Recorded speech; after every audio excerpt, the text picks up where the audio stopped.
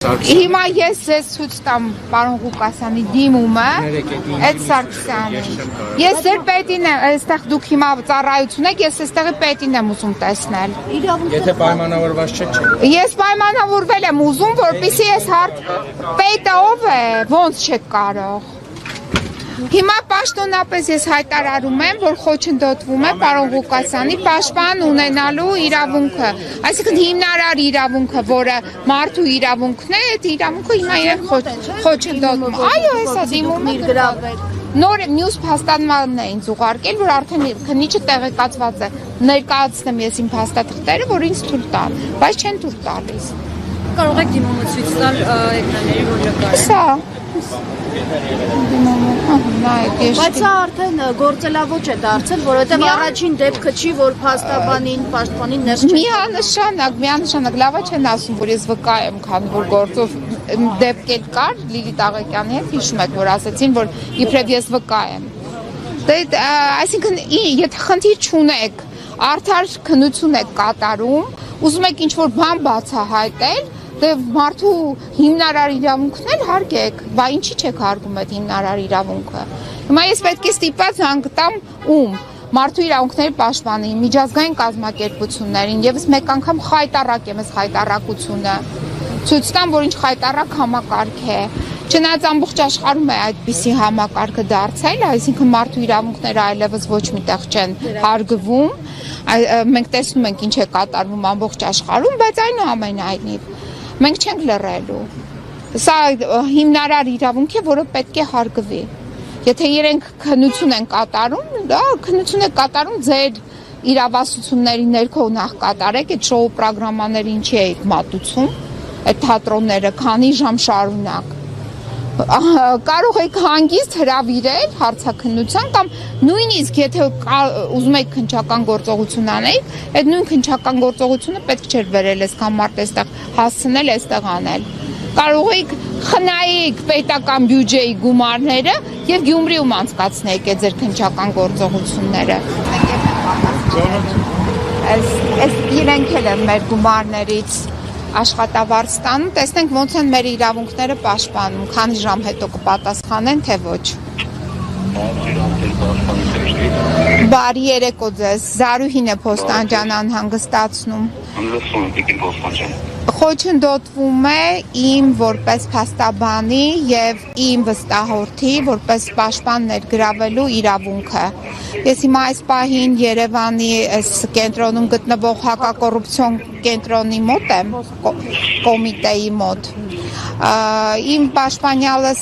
վստահորդս գրել է դիմում, որպեսզի ինձ ներգրավեն, այստեղ ոստիկանները ասում են մենք նման տեղեկություն չունենք եւ ինձ թույլ չեն տալիս, որպեսզի ես ներգրավեմ քրեական բարույթով։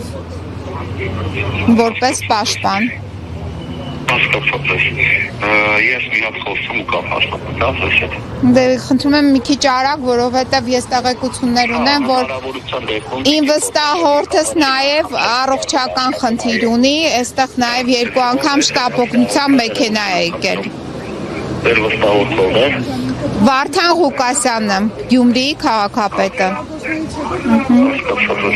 Ասեմ ձեզ, որ նաև ինքը մահափորձի է ենթարկվել տարիներ առաջ եւ առողջական խնդիրներ ունի, մենք կասկածներ ունենք, որ իր նկատմամբ արկա է վատ վերաբերմունք։ Դուք այսինքն որպես պաշտպան պետք է ներգրավեք։ Այո, որպես պաշտպան։ Թույլ չեն տալիս։ Այո, թույլ չեն տալիս։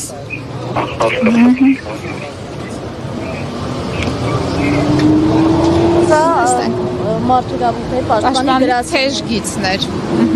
Հիմա մի հատ զանգեն կեսրանց։ Դե փորձեցի, հիմա տեսնենք մի հատ այս մյուս թեժ գիծը, այս մյուսների թեժ, այս հակակոռուպցիոնների թեժ գիծը տենանք աշխատում է։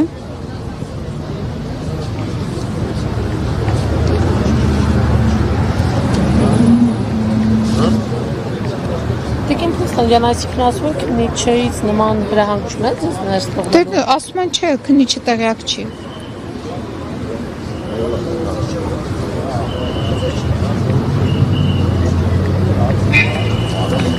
Տեսեք, եթե իրենք արդեն իրենց գործողություններով նշում են, որ իրենք արդար չեն եւ օրինական չեն իրենց գործողությունները։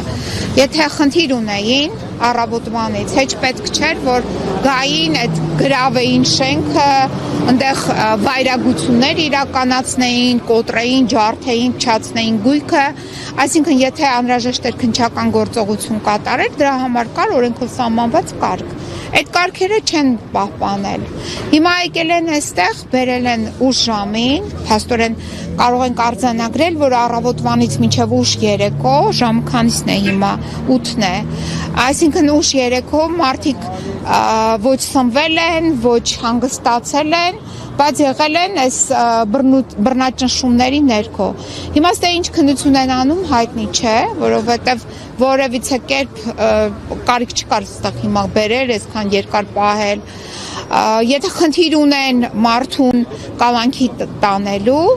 ապա դրա համար շատ արագ ամեն ինչ կարելի էր անել, որը մենք հասկանում ենք, որ խնդիրը իրենց այդտեղ չէ։ Խնդիրը հենց բռնաճնշում գործադրելու մեջ է։ Դե ակնհայտ երևում է։ Ու այս վերջերս անընդհատ մենք առնչվում ենք նման դեպքերի։ Այսինքն ակնհայտ է, որ ոչ թե իրենք վարույթ են իրականացնում, ինչ որ բան պետք է բացահայտեն, այլ ոչ։ Իրենք իրականացնում են բռնաճնշման գործընթաց։ Այսօր կրկին ավարի նստավայրն է հերթապահ հայտնի Արմինե Մելիքսեյցյանի, Մասիս Մելքոնյանի դատարանն է։ Դե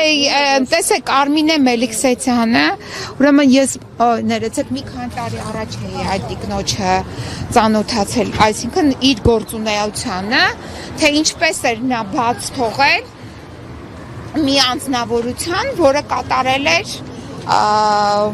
շատ վտանգավոր, այսինքն ապացուցված էր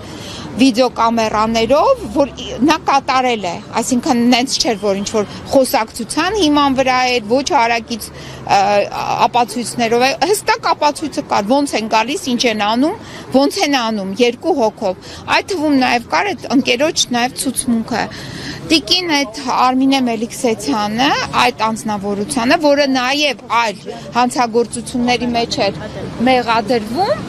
բաց էր թողել կալանքից, բողոքարկեցինք վերաքննիչը կալանավորեց, այսինքն սա այն տիկիններից է, որովհետև որ այդ գործողությունը կատարել է, ապիրացնում էր իշխանությունների հետ, այսինքն իշխանությունների համար հլուհունազան,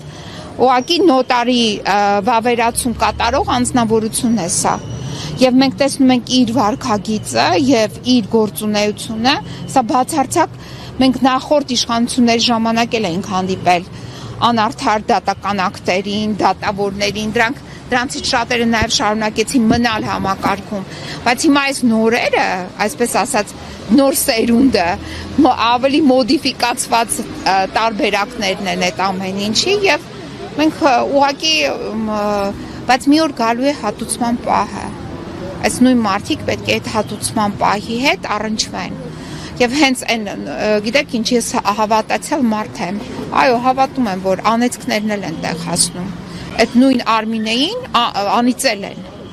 այսինքն այդ անեծքը հասնելու է տեղ,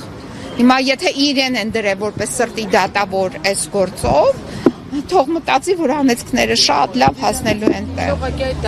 դատարանն է հերթապահ, նարվերը գուցե Մասիս Մելքոնյանը։ Դե գիտեք ինչ, Մասիս Մելքոնյանն էլ մի Ես հիմա տեսեք ես իրենց ճանաչում եմ իրենց քաղաքական գործերով, բայց նաև ճանաչում եմ այլ գործերով։ Այս նույն Մասիս Մելքոնյանը մի մարդու, որին ծեծելով դաժանաբար հասցրել է մահվան, այդ ով որ դա կատարել է, դրան մի օր ազատազրկման պատիժ չի տվել։ Այդ գործը հիմա վերաքննիչ դատարանում քննվում է։ Այսինքն տեսեք մի դեպքում այս մարդկանց տալիս են արտոնություններ, այսինքն քաղաքական գործերով ինչ ուզում են իրենց ասածով անում են, մնացած գործերով են իրենք արտոնություն են ստանում, այսինքն մենք ունենում ենք դրա համար համատարած տեսնում ենք սպանությունները ինչ քանակի են հասել Հայաստանի Հանրապետությունում։ Ես մի գործ ունեմ, դիմել եմ այս հակակոռուպցիոն կոմիտեին, քանի հատ հաղորդումներ եմ ներկայացրել։ Այդ կոռուպցիան, որ վխտում է բժշկական համակարգում, բուժաշխատողների շրջանում կոռուպցիան վխտում է, որևիցե գործ չեն հարուցում։ Որովհետև այդտեղ պետք չի, այդտեղ իրանք հետաքրքրություն չունեն, իրենց քաղաքական հետաքրքրությունները քաղաքական պատվերի մեջ է։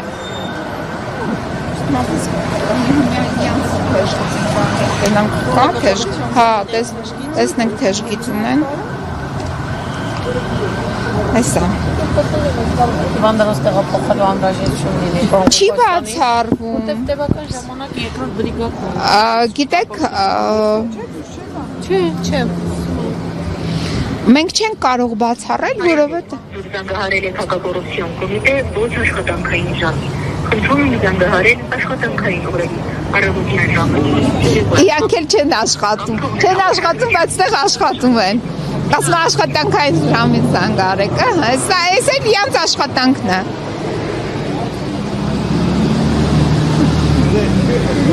Հա։ Ասում եմ, որ կրել եմ, որ կալանքի միջնորդություն է ներկայացել 3 ամսով։ Բայց նորություն կա, բողոքարկելու են ինչ Նշանակ Չէ, հիմա հələ պետք է դատարանը որոշի, իրանք ներկա միջնորդություն են ներկայացրել, բայց դատական ակտ պետք է լինի։ Միայն այս փոքրիկ ինքնաստաճան։ Չգիտեմ, երևի թե։